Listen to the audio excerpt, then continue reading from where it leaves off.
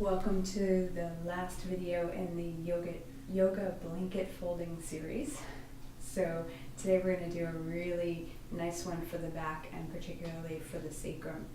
So from the storage fold, you'll unfold once, unfold twice. Then you'll fold in half long ways. So the blanket will look like this. This is a little bit more complicated fold. So I'm going to set this down. You always want to make sure that the blanket is really flat and smooth. There's no lumps and bumps in it anywhere other than where they should be.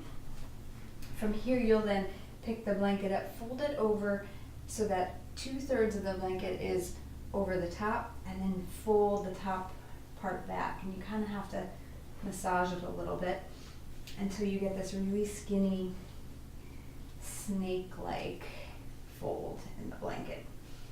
And it should be pretty narrow depending on your blanket, but it looks something like this. So you can see there's a open part and a closed part on this side. And again, I like to put the fringe up toward my head. You'll let the blanket be on your full mat, and then you'll come down and sit on the edge of the blanket. And then from here, you can use your hands to lower yourself down. The blanket's going to be all along your spine. Your head and your bottom should both be on the blanket. And then you can let your arms come out to your sides. You will probably feel, if you folded the blanket correctly, that you could easily fall off to one side or the other. So this is, take a moment to get it right down the center of the spine and to feel like you are not going to fall off either side. And then if you have the space, you can straighten out your legs. I don't quite have the space here, but you could certainly do that. And in this position, you're looking to let your entire spine be heavy. You will probably be very aware, if you remain here for some time, about the sensation, particularly on the sacrum, the triangular shaped bone at the lower part of the back, below the low back and above the tailbone.